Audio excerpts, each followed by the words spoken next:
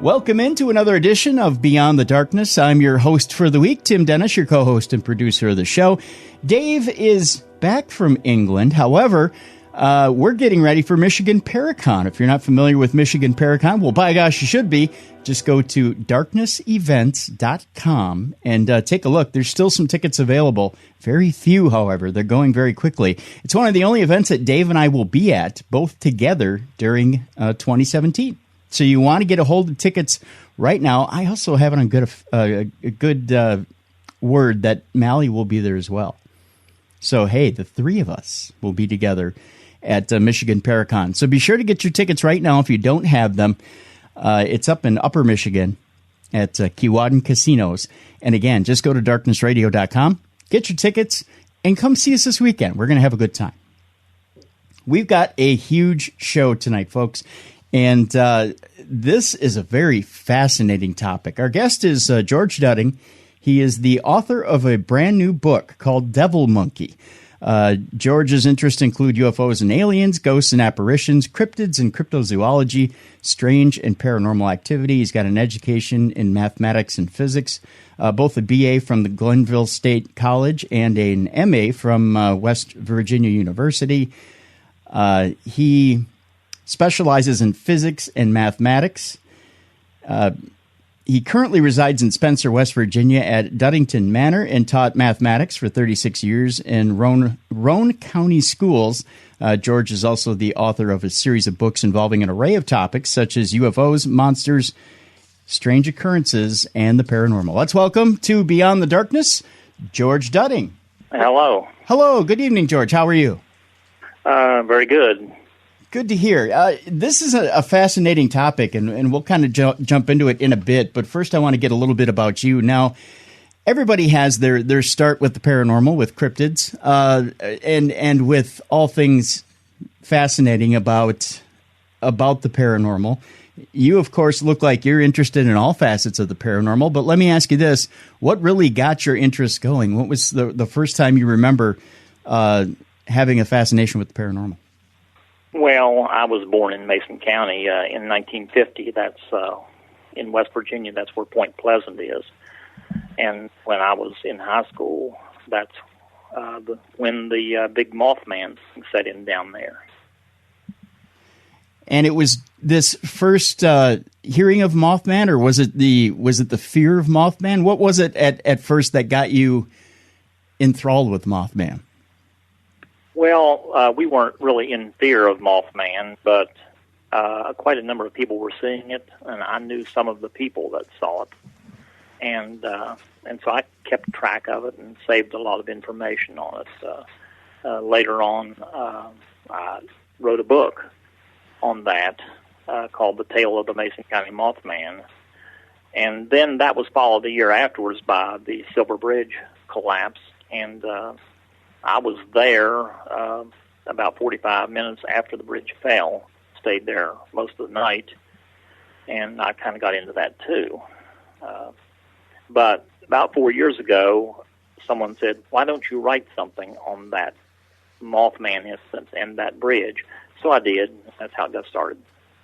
Now, let me ask you this. You said something key to me here, and that is that you didn't fear the Mothman. There are a lot of people who, because of Mothman's somewhat destructive capabilities, and you mentioned one, the fact that the Mothman seems to be around certain structures, and then those structures tend to fall. In fact, one of those stories happens to be our own 35W bridge here in Minneapolis. Someone said that they had a Mothman sighting just days, I believe it was, before the 35W bridge collapsed.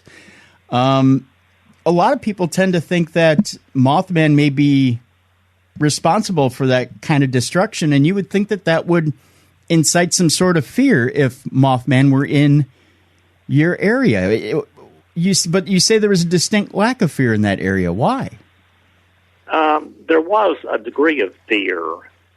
Parents told their children who were old enough to drive and were attending high school, told them to get home right after school or right after practice.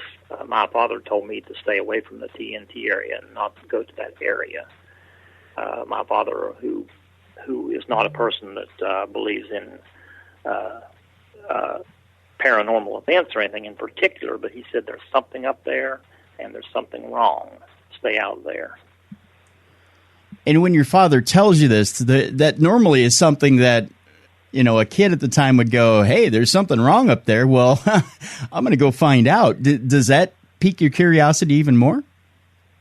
I stayed away from it for a while, but when Mason County Fair time rolled around, a couple of us explored every inch of that place. The fairgrounds was right on the edge of that, and I spent like 5 days at the Mason County Fair, so I ran out of things to do, so we went into the TNT area and explored that area. And, of course, I grew up on a farm about 2 miles from the TNT area. Okay. When it comes to Mothman, have you... I'm trying to think of a good way to put this. Have you had any, what you believe is a direct sighting with Mothman? Not me. People that I knew in high school, the 4 witnesses saw the Mothman. They were a couple of grades ahead of me. Okay. And when you get these eyewitness accounts, is it something where to you it's believable because you know these people, or did they give you something that gave you some sort of credibility that you said, you know what, I can almost, there's some meat to the story. I can almost chew into this a little bit? I pretty much believed it. It was in the newspapers every day, and I read every bit of it. My father made sure that he brought the newspaper home every day so I could read it. We discussed this a lot. And, of course, my father was a scientific person. He believed in science and engineering and those type of things. But he believed there was something going on with the Mothman. Now, myself, I don't actually try to connect it to the bridge. But many do. Why do you not connect it to the bridge? What is it that you think that Mothman wasn't responsible for that? Well, I've studied that, the bridge thing, and I realized that there was a crack in one of the eye bars on the Ohio side, and it went critical, and the end broke out of the link in the chain, and it collapsed.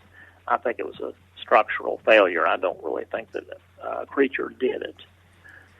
Even though there were some winos that lived under that bridge, a buttman on the Point Pleasant side said they saw the Mothman around the piers and around the towers of the bridge.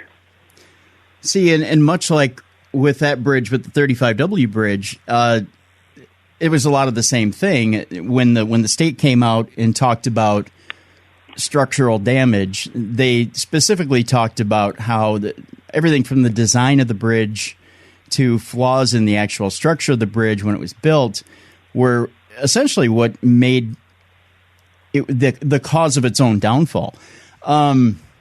Yes. And in that, the majority of the populace is going to say, okay, well, that's exactly what it was. That's what happened.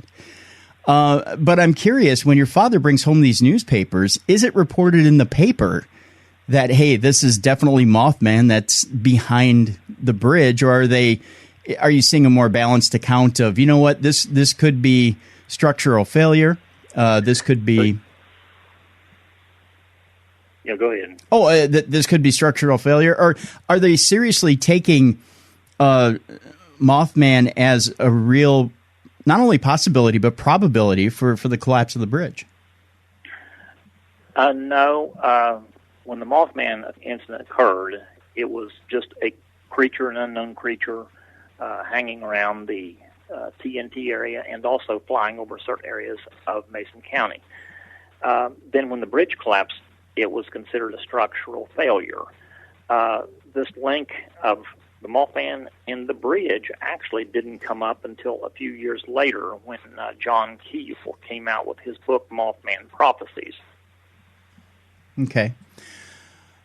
So you've you've chased. I guess chased is kind of a strong word, but you've kind of been on this trail of the Mothman for a while. Yes. Tell me on this. I keep wanting to use the word chase, and I'll use it. On this chase with the Mothman, what is the most bizarre incident that you've seen that you said, you know what, I can't just go back to it and take the results of a state or county commission saying that it's definitely something structural, that there's just something here that tells me it has to be supernatural. It has to be this creature that had something to do with it. Well, in my case, I don't really, as I said earlier, I don't really connect the Mothman to the Silver Bridge, even though it makes a good story. I don't really see a connection there. However, many people do, and that's one of the reasons I'm a guest speaker about the Silver Bridge this year at the Mothman Festival, because they told me that we don't want someone to go in and say, hey, some creature came over and took the bridge down, and that's why your family members got killed. They want to keep it low-key. So I'm curious, if you don't believe that the Mothman is responsible for bridge collapses or really calamities in general, why is the Mothman getting a bad rap for it? Well, apparently there are sightings of the Mothman in these areas where these things are happening. But then, again, what is it you believe that the Mothman is doing that it's getting the bad rap? Or what is it that you believe that the Mothman is doing in general? That's a good question. He's just being in the wrong places at the wrong time, maybe. So it is happening a lot. So he's pretty much just a persecuted cryptid, is what you're saying. Yes. Okay. Well, that's fair. It brings about the question, and I guess this is just my own curiosity, George. You have this Mothman festival. It's not. I guess it's more of a celebration of Mothman or the myth of the Mothman than anything else. Is there and I've never been to the Mothman Festival, so I couldn't tell you. So I'm asking you, as someone who's been there and who's speaking there, is it something that you feel people will get together, and defend the actions of the Mothman, or say, hey, you know what, there really isn't this legend that the Mothman's an evil thing, and maybe that this Mothman is a harbinger with a message? Well, there are a number of people that are standing behind the Mothman because they want to say that the Mothman was trying to warn the people of Point Pleasant that this was going to happen, and that they just didn't listen. In your opinion, why would the Mothman warn people about stuff like this? Why? That's another mystery. There's a lot of mysteries about this entire Mothman thing. Apparently, he's someone that wants to do good. People want someone out there that's trying to help and do something good. They want to believe that this creature came to warn them that this was going to happen. Perhaps the creature knew that eyebar had a micro crack starting in one section of it, and he wanted to tell people before something bad happened. I don't know. Perhaps he's controlled from somewhere else in a more advanced level than we realize. That's what people want to think. Okay. Let's move on here. Now, the Mothman is one of the things that gets you early fascinated into the paranormal. From there, obviously you have a fascination with aliens and with spirits as well. Tell me, when is the first time it really sticks in your craw that aliens are something that fascinate you? Well, one of the interesting things was in college, I was approached by some people who, and this was about 3 years after the Mothman incident, I was approached by some people at college one night, and they said, could you tell us about the Mothman? You were from that area. And I said, yes. And I sat down and told them the whole story. After they got done, they handed me a magazine and said, have you seen this magazine? It's about the Mothman. I said, no. And they said, we brought it down to give it to you.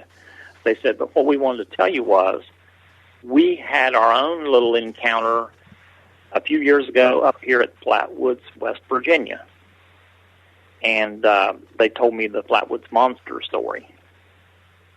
And that was where a UFO came down, landed on a farm. A creature got out and scared the daylights out of a group of kids. Very interesting. So at that point, of course, you're intrigued. What kind of research do you do into it, or is it something where you took the story at face value? Well, I go try to find everything out that I can, and if I have to, I go there and talk to people. I actually went to that area and talked to a lot of people, and I was just back there last week again, learning more. But I went and talked to a lot of people, and some of these people hand over some information, and I research and get as much information as I can out of old documents and things. How reluctant do you find people are, even years afterwards, to dish out this information on things like aliens? There's something strange about that. They get nervous when I come around. But I just investigated something I'm calling the Oceana Monster 3 months ago, and the people in that town, several of them were scared to talk to me. But one man came right out, and took me right to the site and showed everything to me and was really open. Another person agreed to meet me downtown discreetly and discuss what he knew about the situation. When you need to talk to a source, or when you need to talk to somebody who's got a story like this, what is the best way you find to get them to open up about something like this? Because obviously there's somebody sitting here with information, with a story, and it just sounds crazy. I mean, it sounds downright crazy, and they know that you're coming here as a researcher and that you have some sort of belief that this incident happened. So there's some sort of rapport there to begin with. But what is it that pushes them over the edge to talk to you as a researcher to bring that information out of them? Here's something that I've found that helps out quite often, and I used this in my investigation at Oceana, West Virginia, when I was investigating this monster sighting down there. I told this man, I said, here's how I work. I said, you tell me your stories. I said, I do not try to make fun of anybody or try to prove you wrong. I said, I do not operate as one of these that they call skeptics. I said, I take everybody's story, I believe it, and I write it up as you tell it to me and piece this thing together. And a guy told me, he said, well, that's why I agreed to talk to you. He said, I got online and downloaded several of your books on Kindle and read them. And he said, I see how you work. He said, you don't go in and make fun of what people have seen. And that's the main fear, is that they're going to be ridiculed, obviously. Yes, they don't want their name to pop up in something and then have someone making fun of what they said. Are you finding that a lot of these sources have been ridiculed in the past? Yes. In most cases, you get it. There's people that make fun of the Mothman witnesses, and that's caused some of the witnesses, two witnesses, are living not very far from the TNT area, but they will not talk to anyone. And if they see you coming, they get ugly. And then there's the same way down at in Oceana, West Virginia. There's people that don't want to talk. Some say, I just wish this story would go away because they've hounded my family for years.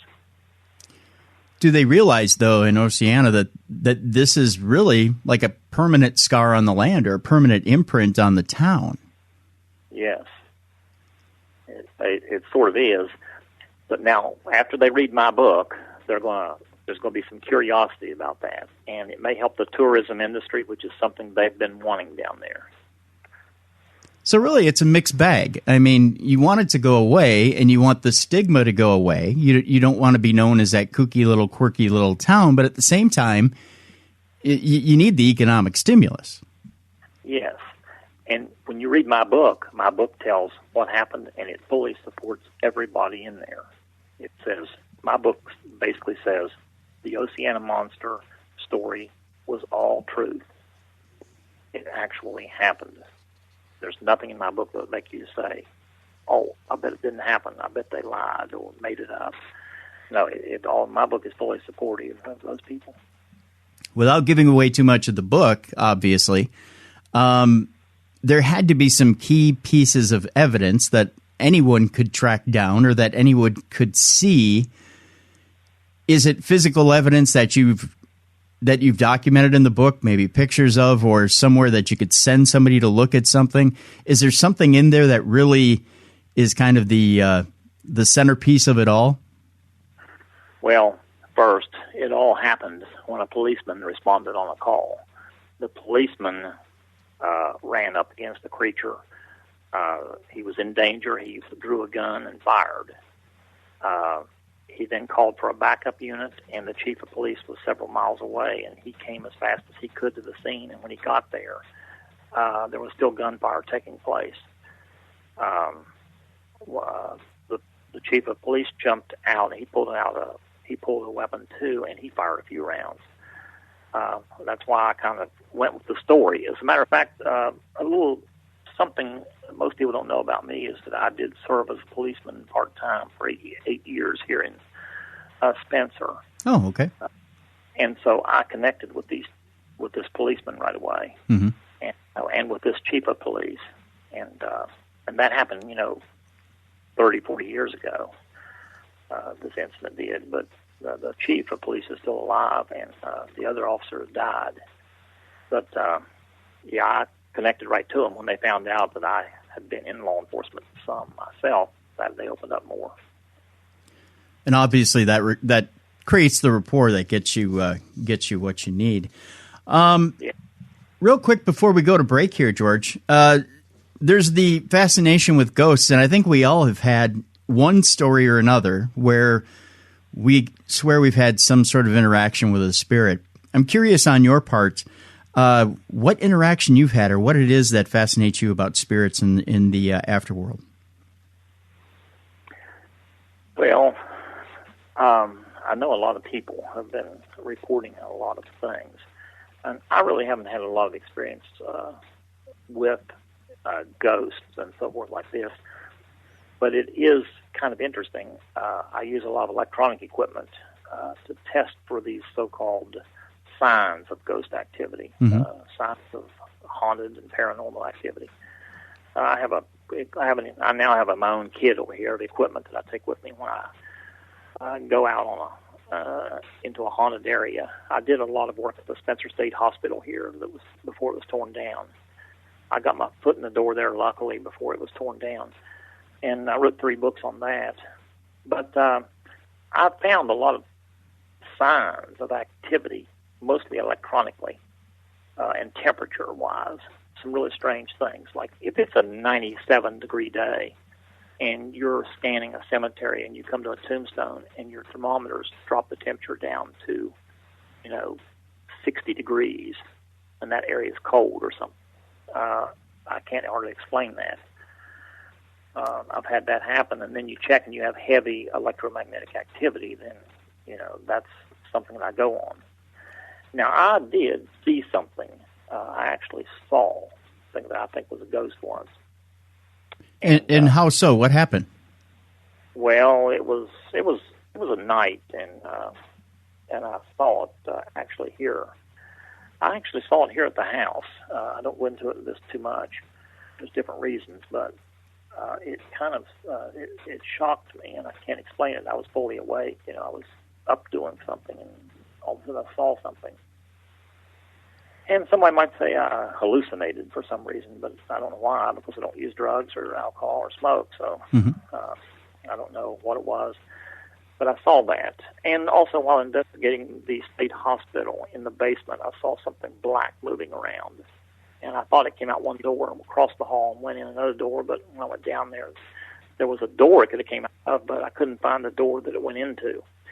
It just went through the wall or turned sideways, and I couldn't see it or something.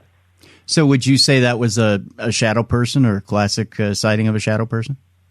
Well, I was telling about it, and somebody told me, they said, "You just seen a shadow person," is what a person told me. I didn't even know. I didn't know what to call it. And a person told me, said, "You've seen a shadow person." And so I looked that up. Mm-hmm. And then I realized, that there's some shadow ghosts, shadow persons, and all those different things. And then I saw something near the State Hospital Cemetery, also near a tree on the backside. I don't know what it was or anything like that, but I saw it, the tree moving. And at the same time, there was a raven up in that tree making a lot of racket. Huh. Now, I want to take you back to the shadow person for a second. As you see this shadow person, and I know you said you feel like you weren't hallucinating, and obviously you weren't, because a lot of us have had shadow person experiences. I've seen them. Dave's seen them. So it's not unusual. I can tell you that right now. You're not crazy. A lot of us have seen them, especially a lot of people who listen to this program. While seeing it, did you? I'm going to ask you about feelings. I know this is weird coming from someone who's a former police officer, or a former law enforcement officer. At that point, how do you maintain your cool? Do you when you see something like this? I mean, obviously you have to kind of stuff the feelings a little inside and continue to go. But it seems like at this point, this is something brand new for you. Take me through your process. What you see this black thing, form of a person moving past you, and what's your first reaction? Well, I saw it at a distance, probably 50 to 75 feet or 100 feet away. Mm-hmm. There is one thing. I was inside the building, and the building's a fourth of a mile long. It's not there now, of course, but it's a fourth of a mile long, and it has a basement and then 3 stories. So 4 times a fourth of a mile, there's a mile of floor that you can be dealing with. And I'm in there alone. The place has been shut down for 4 or 5 years. I was carrying a gun in a holster. I actually did unsnap that thing. Okay.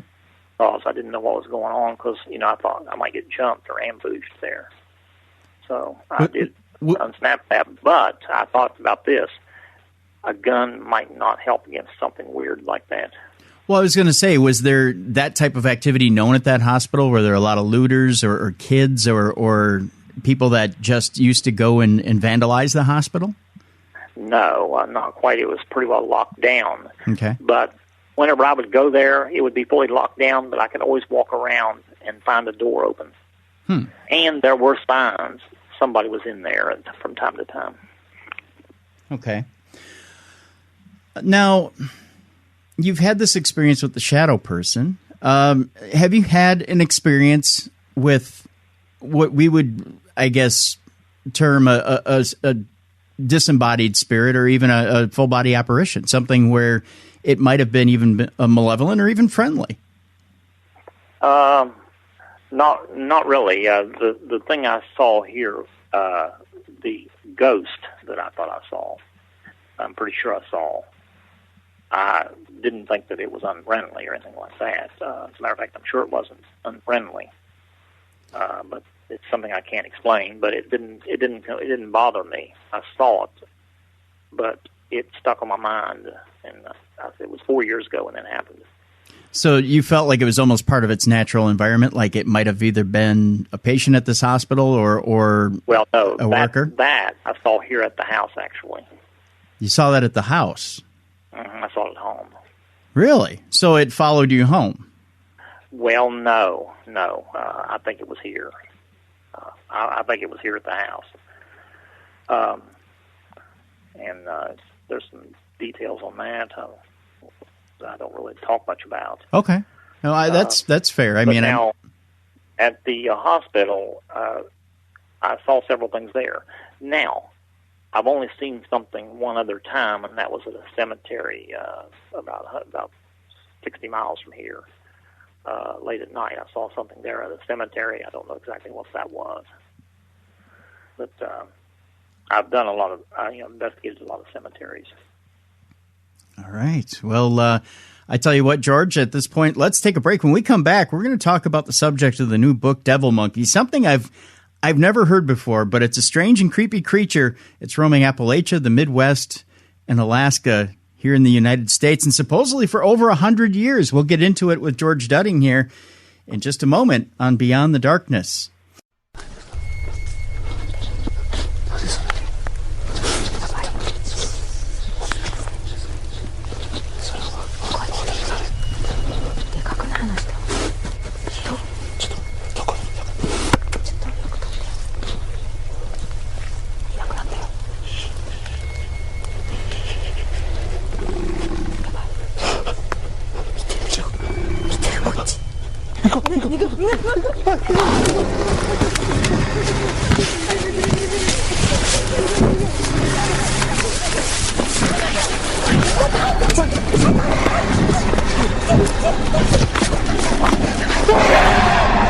Beyond the Darkness.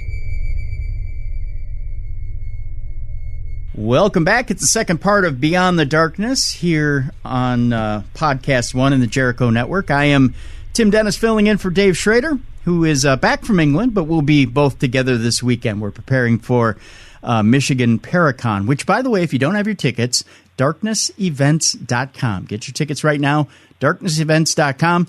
We're both going to be there, and rumor has it Mally will be there too, so the three of us will be there. And also Dave and I will be in Chicago this October for the Chicago Ghost Conference. Be sure to get your tickets for that as well. Where do you go to find out where we're going to be, both Dave and myself, around the nation? It's darknessevents.com. Real simple. You can get your tickets for that. Also, I know, Dave just went to England, and he just got back from England with a historic paranormal excursion. If you'd like to go on those, and I know I'd like to go on one of those over there in England. He's got one coming up in September. There's still, I think, just a few spots that opened up. A few people wanted or had to cancel.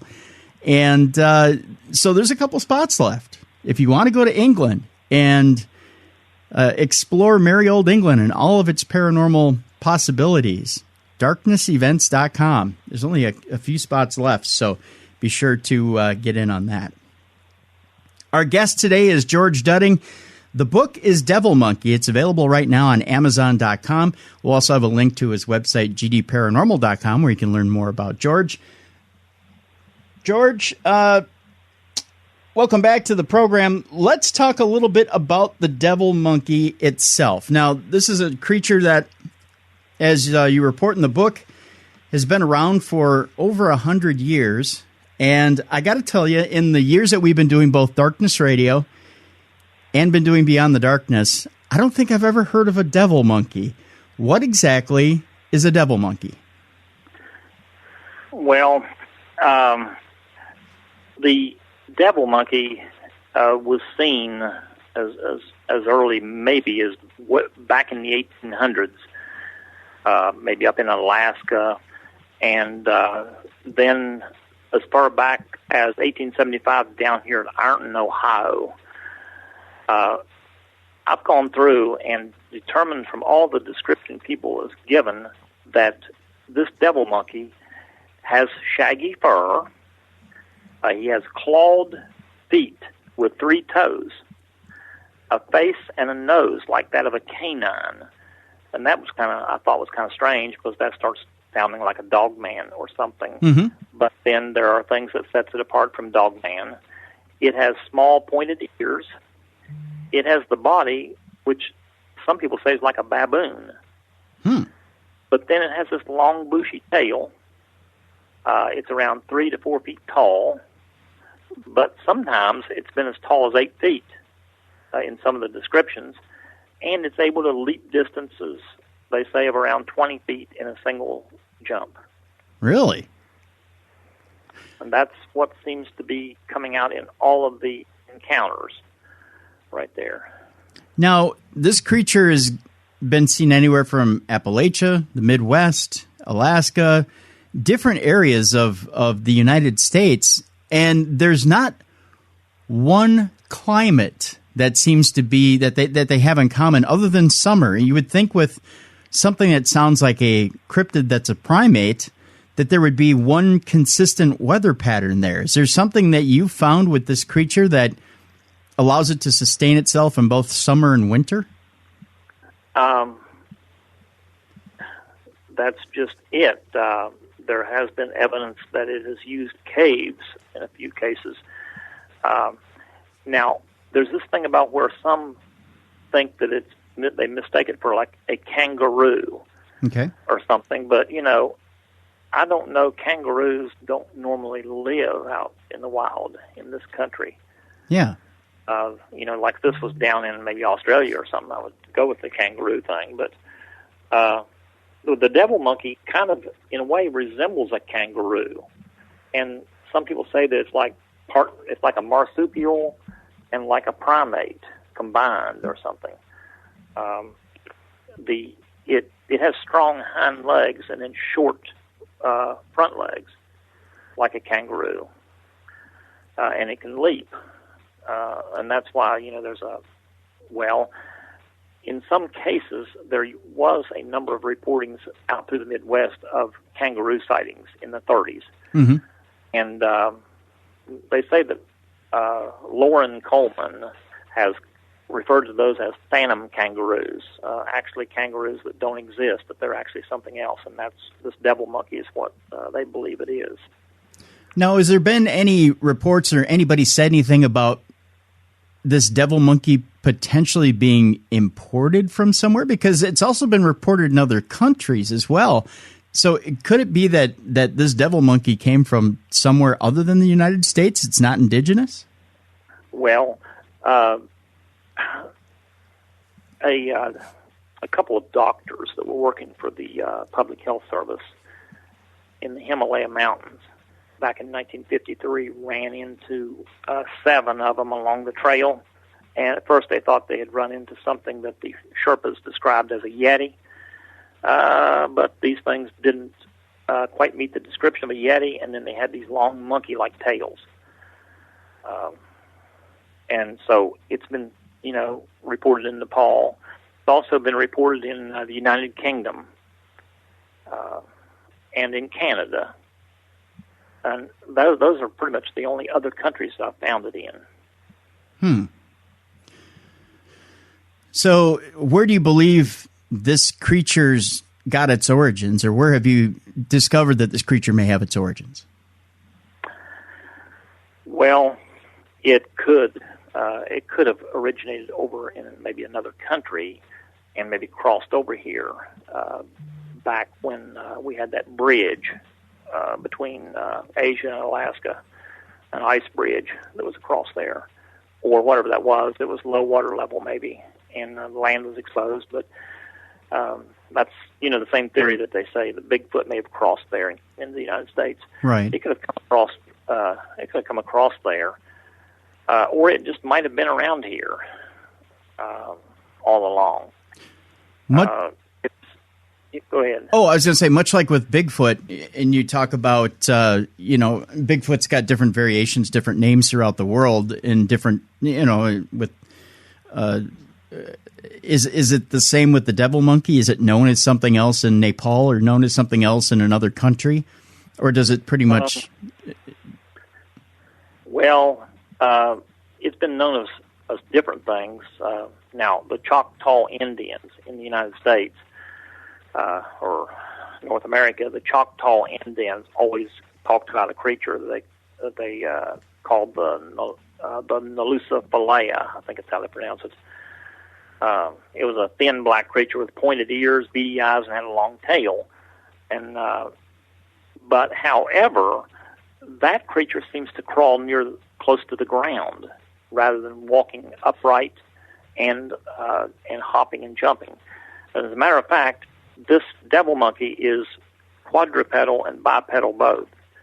Sometimes 2 legs, sometimes 4 legs when he's moving around. Now, there's also that thing up in something up in Alaska there. the Indians of Alaska, up on the Patterson River in Alaska. Mm-hmm. There's an Indian tribe that has lived there for many years called the Tlingit. And they talk about a mythological creature. Everybody calls it mythological, but they talked a lot about it, and it's called the Kushtaka, and it inhabits the temperate rainforest of southeastern Alaska. In 1900, an expedition of white men went up the Patterson River in search of gold, I think it was, and they were attacked by creatures that meet the description of what I described as the devil monkey. As a matter of fact, they said they resembled both a man and a monkey, but they stated they were like 4 feet tall and covered in shaggy fur, and they had 4 legs and hind legs terminated in claws.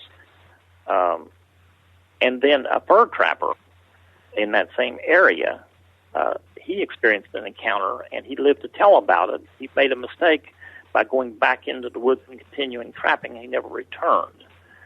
It's believed that those are possible devil monkeys. And then also in Alaska, there's an Indian tribe known as the Otna that live along the Copper River. And they told there was a dangerous creature that lived out in the wilderness, and they called them the monkey people.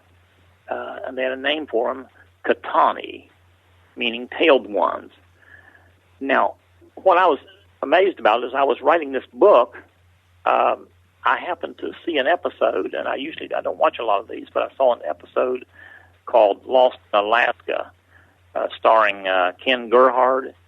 Right. And he was up there exploring and looking for these people.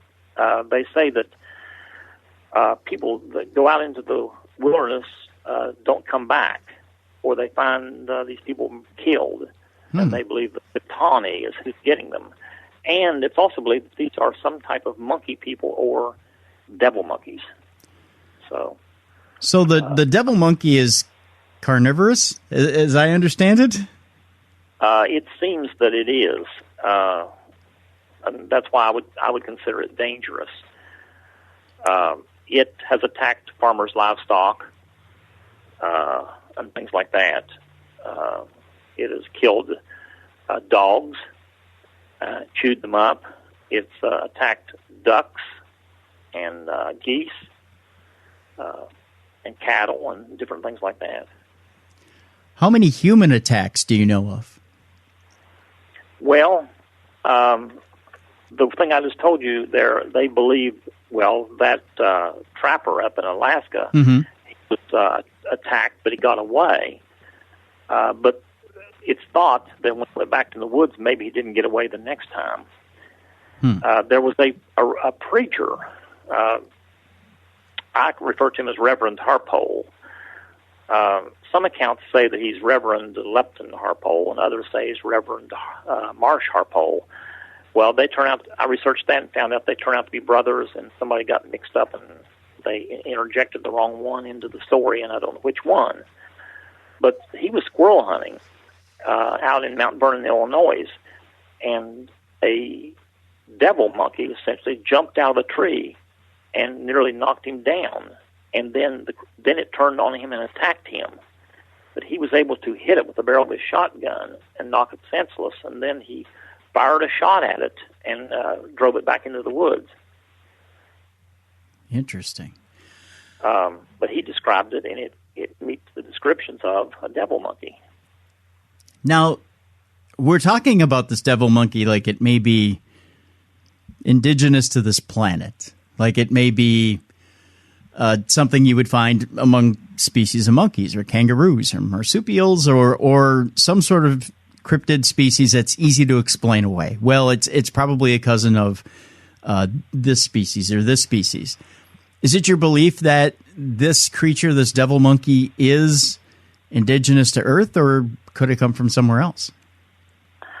Okay, there's several ways of looking at that. Some believe that it might be a primate species here on the Earth that hasn't been classified yet. They believe maybe it's a cryptid, something that's living here whose existence hasn't yet been proven by scientists. Some think that it's some kind of species left over from a group of prehistoric animals or prehistoric primates that no longer exist. Something like they had a theory like this on Bigfoot. They think he's left over from another creature that's similar to the Bigfoot. Mm-hmm. And, of course, there's the mythological thing. Some believe that it's otherworldly. In other words, from another planet or another universe. They feel it could be from a parallel universe and arrive through what's called a portal. And portals, I'll go into this, but I discussed those last year at the Mothman Festival. But they could have come from another universe, a parallel universe, or a multiverse, passed through a portal and got here. And then some believe that it arrived on a spacecraft or a UFO. Then there's one last thing, and this kind of connects to one of the theories of Goat Man, of course. They think it's some kind of an animal that was created in a government research laboratory, or that it was a mutation caused by chemical pollution and heavy metals, which is one of the theories of Mothman, for instance. Right. I'm curious, when it comes to the government origin, why the government would manufacture something like that. Was there an explanation behind that? Well, some people claim that they are trying to create some, and they tell all this stuff, trying to create a soldier, it messes up, and they don't get what they thought they were going to get, whatever it is hatched out was some creature or something like that. Or they were trying to breed some kind of an animal that was super or superior to others, and they get something like this. See, they said that they were trying to create a special breed of goat up there in a research laboratory in Maryland, and it turned out that it somehow had properties of a goat and a man, and it got loose. They told those stories. Now, I don't know what they would have. Oh, go ahead. I'm sorry. You don't. I was going to say, George, when it comes to the theory that feels right to you, and in the different theories that you've heard, what feels the best when you weigh them all out? Well, in a lot of ways, I kind of feel like that it's probably some creature that's been in the woods or in the forest, and it's been out there, and it just shows up now and then, and so I haven't really thought of it really as a cryptid, but however, I cover these in my book. Another thing on this, some people think that it might actually be a misidentification. They're thinking that maybe what somebody saw was actually a dog man, a werewolf, a loup-garou or a rougarou, or a chupacabra. Okay, they do that, and also some believe that maybe that it was actually a kangaroo. And of course, Loren Coleman didn't believe that those were kangaroos. He said they were an animal similar to a kangaroo, and he called them phantom kangaroos. And then there's one other thing here. Some believe that what people are actually seeing are monkeys, baboons, kangaroos, wallabies, or other animals that escaped from a circus zoo or from some individual's zoo that kept them as a pet. So. Very interesting indeed. Now, I do want to get into some of the sightings. A couple of them, we're here in Minnesota, based out of Minnesota, and a couple of them are dangerously close. Not that, and Dave likes to say that he's afraid of the outdoors. I'm not so much afraid of the outdoors because I have done some hunting in my day, but there's a couple of them, and there's one particular that kind of throws me aback. There's actually two of them. One's in Enfield, the other's in Chicago. Can you tell me a little bit about what happened in Enfield? And it happened with a kid. Okay. That one happened back in 1973 in the town of Enfield, Illinois. A 10-year-old boy by the name of Greg Garrett was outside playing one afternoon, or one evening actually, I think it was, and some creature with claws attacked him and scratched him up pretty well. And a lot of the damage was actually done to his tennis shoes. His tennis shoes were torn off of him; they were damaged. He was able to get away and run into his house and report what happened. But 30 minutes later, the same creature tried to get into a neighboring house that belonged to Henry McDaniel. Now, McDaniel answered the door and saw it and slammed the door in its face. He ran back and got a gun and came back out. It was, I think, a .22 pistol. And he jerked the door open and fired at this creature. It was 4 feet tall and had sharp claws on its feet. It turned, ran, and went leaping and jumping off towards the railroad tracks. Then this creature was then seen a whole bunch of times by different other people during the following days. And Lauren Coleman, John Keel investigated that incident, and it later became known as the Enfield Horror. They suspect that it might be on the list of devil monkeys. One of the things about it was it seemed to leave, when they looked at the tracks on the ground, there seemed to be three feet. It seems like it had 3 feet, 3 legs maybe, or 3 feet. 3. And yes, and that was the thing that kind of throws you off. But the way this monkey-like creature does, he hops around on 2 legs, and that would give you 2 footprints. I think that he's got 1 forearm or paw, and reaching down and hitting the ground with it, and making the third print. That would make sense. And it makes it look like a 3-legged creature instead of a 4-legged creature. I think that that's what he's doing, is he's balanced himself by hitting the ground with 1 forearm each time. Right. Now, the thing that's terrifying about the Enfield Horror, as opposed to other things you hear about, and let's put it in the text of cryptid experiences, because we do hear about negative Bigfoot experiences, and we do hear about negative things out in the wild. This thing is just coming right to the house. And yes, we have heard about Bigfoot experiences where Bigfoot interacts with people, and you might hear like a rock hit the house, or you hear about something where people think, okay, I might have a Bigfoot or a Sasquatch and I need to feed it, or I need to give it food. And then that's where things start to escalate, when they stop feeding the creature. But yes, we've got something here where this thing just came out of nowhere and attacked this kid. Yes. That's kind of unheard of, don't you think? Well, to just show up in a neighborhood like that, I mean, he wasn't out in the woods messing around, bothering and threatening his territory or anything, and it just shows up in the yard. It was kind of strange. And why would a kid tell some story like that? And, of course, then his story's backed up by the neighbors. And, by the way, the neighbors that had the experience with it was reporting it before the other neighbor could even report it.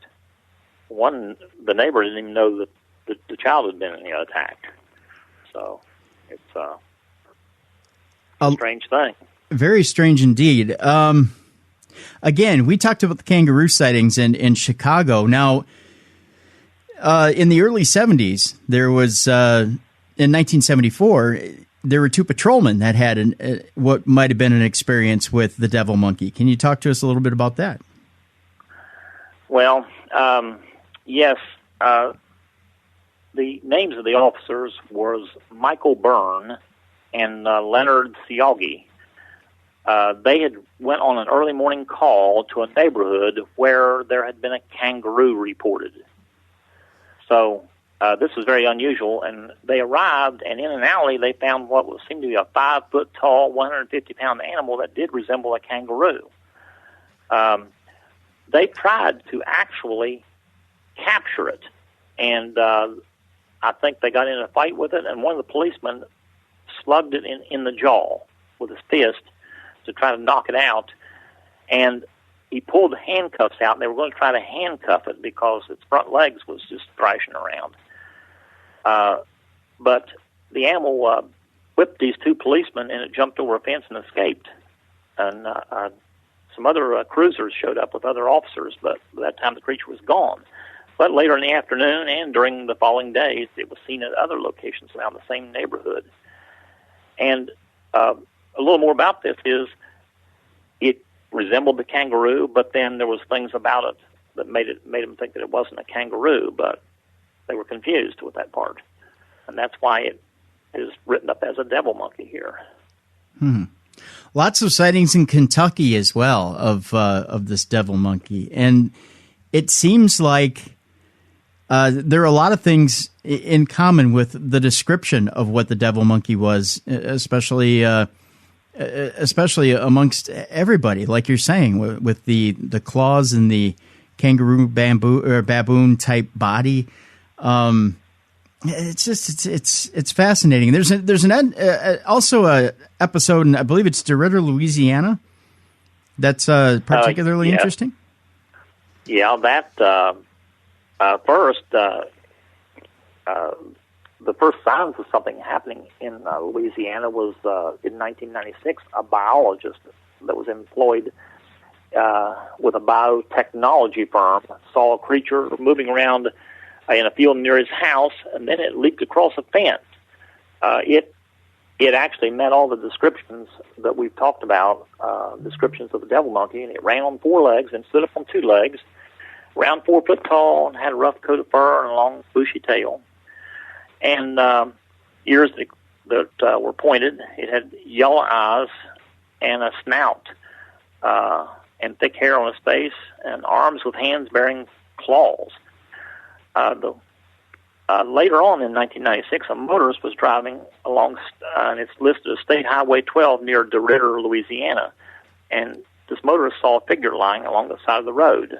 It was Barbara Mullins, and she realized that there was a large animal, and she got out to check to see what it was.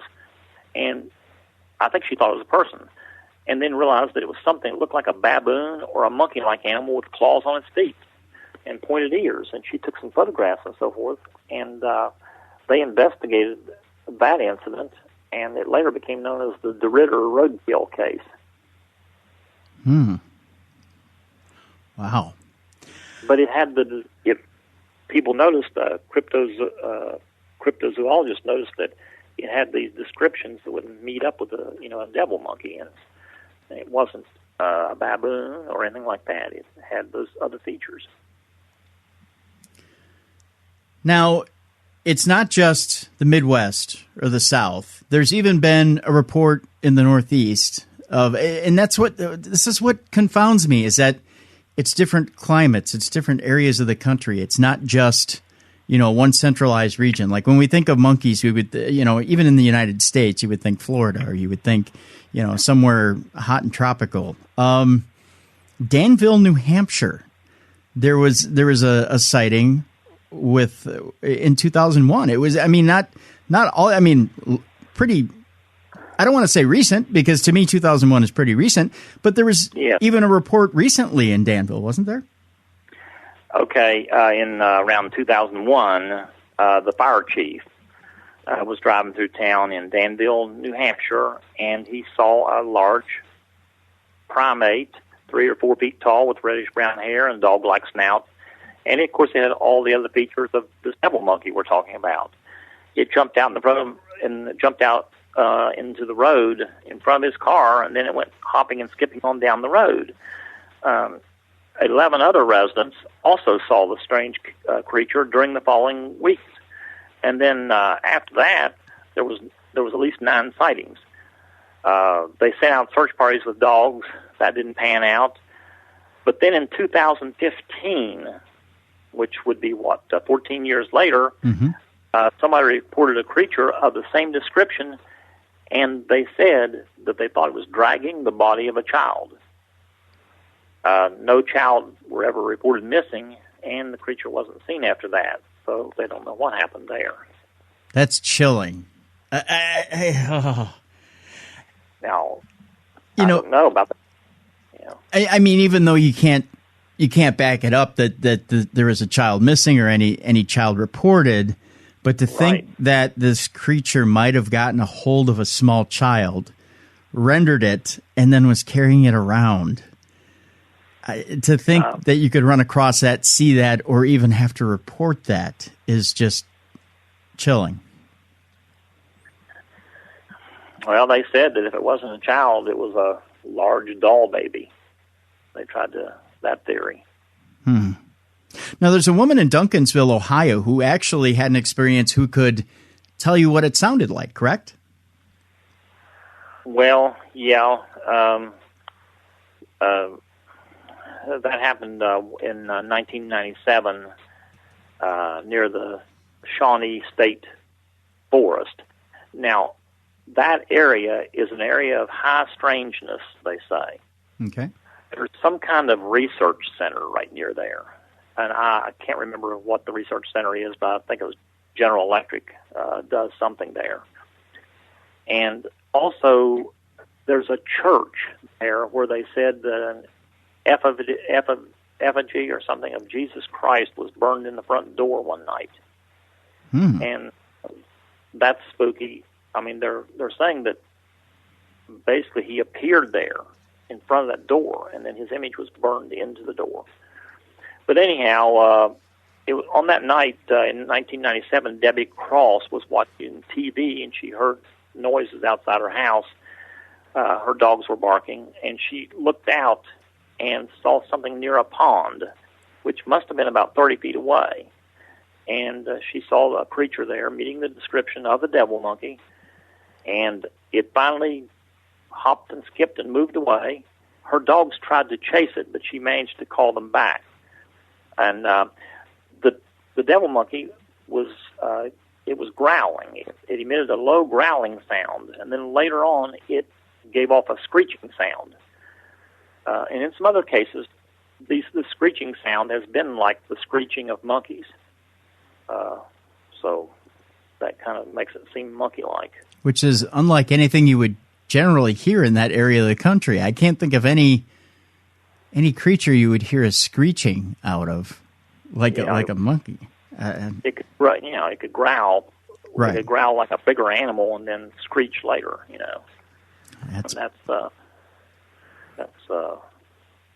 That's something there. I've heard of the screeching that this thing's done that before, like at Saltville, Virginia. Some hunters heard something in the woods nearby, and it was screeching and chattering. Now, let's talk a little bit about Virginia and Saltville, because that's one of the more well-known ones, isn't it? Yes, it is. It's a really good one. That was in 1959 is when that took place. The Boyd family operated a restaurant, and they needed to drive over to Saltville to get some supplies. What they were actually doing was catering food for the next several days to a church organization and a church camp, I think. They took off at 3 o'clock in the morning, and they drove towards Saltville, and they were traveling a mountain road and took a wrong turn.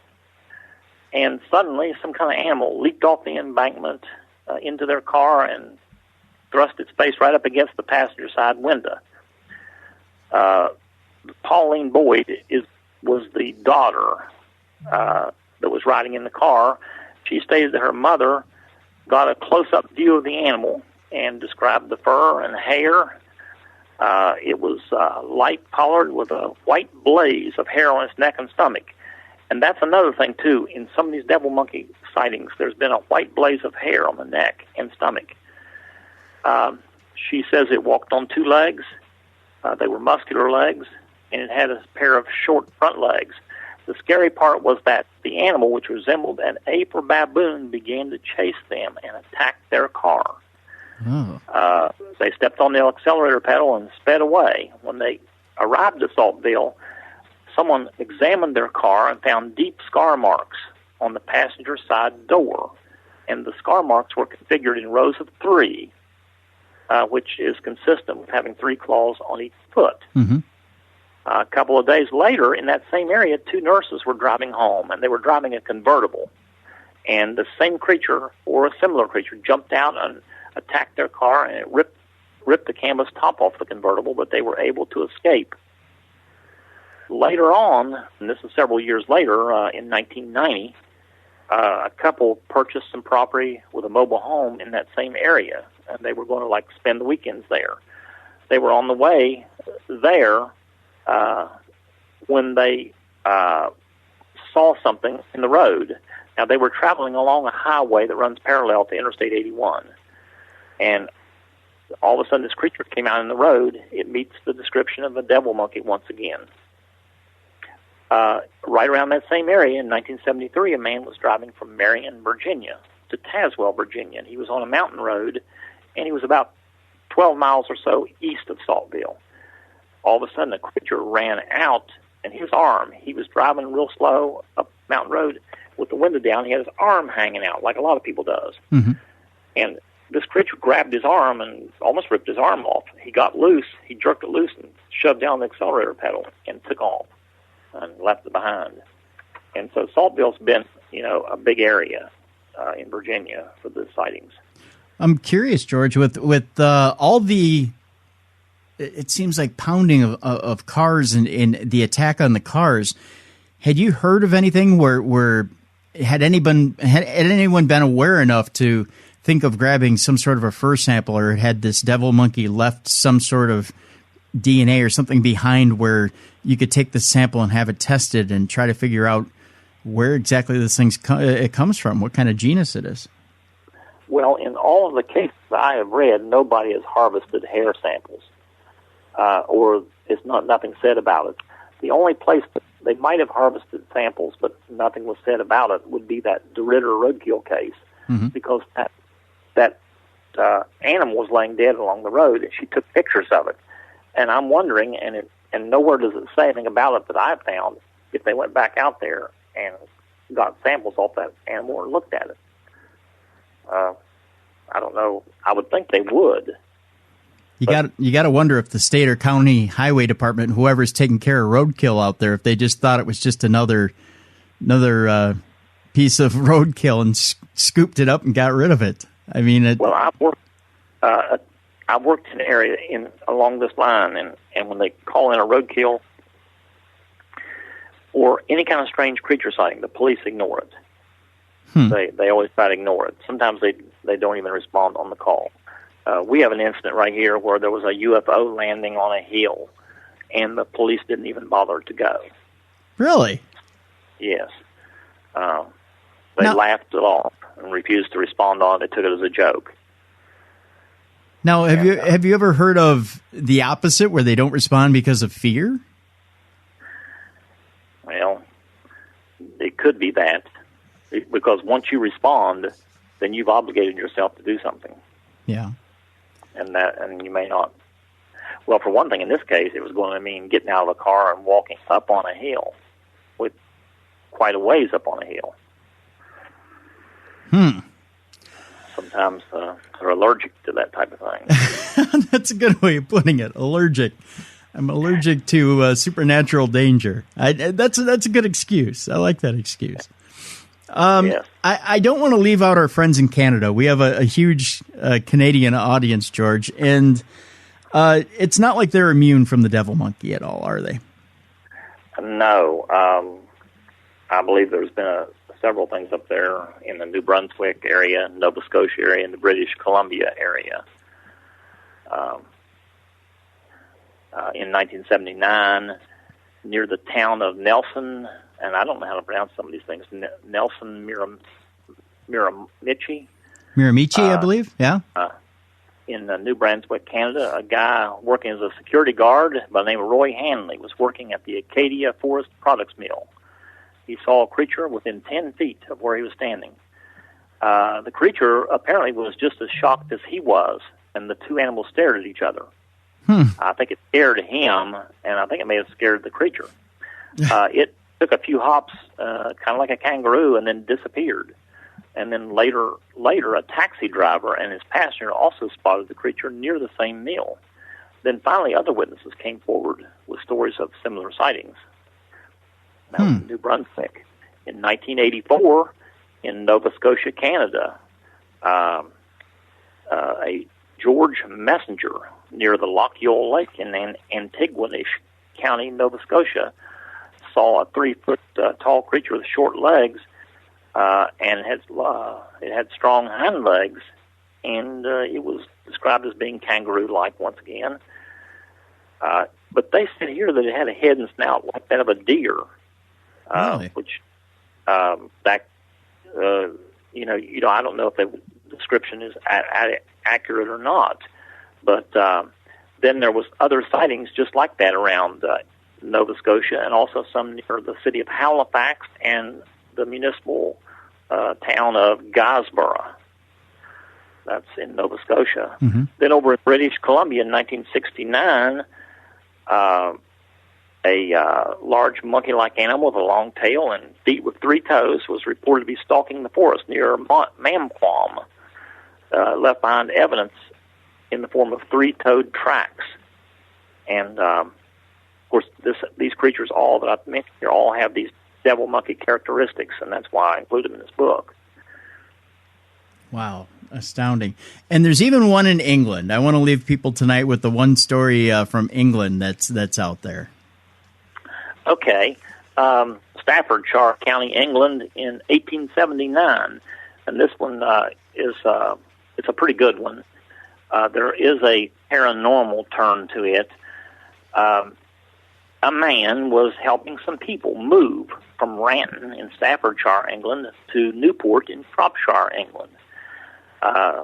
It was late when he finished the job, and he headed home by traveling a road which carried him across High Bridge number 39 that spans the Birmingham and Liverpool Canal. At around 10 p.m., a large black monkey-like beast with white eyes came running out of the forest and jumped on the man's horse. It scared the daylights out of the man and the horse broke into a run. The driver tried to control the horse, but he couldn't. Now, he had a whip.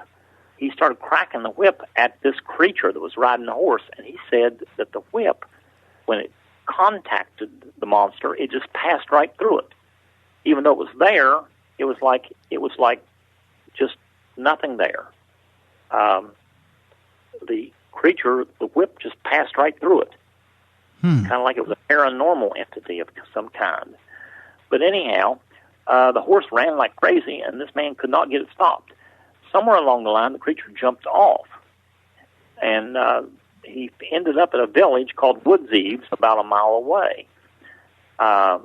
He went in there, told people what he had seen. He was scared and shook up.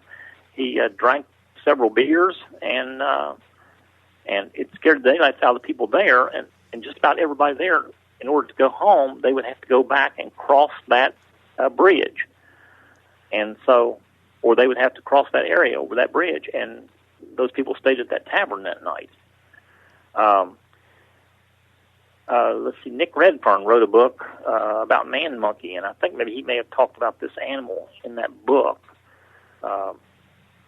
And he called a lot of these beasts man monkeys.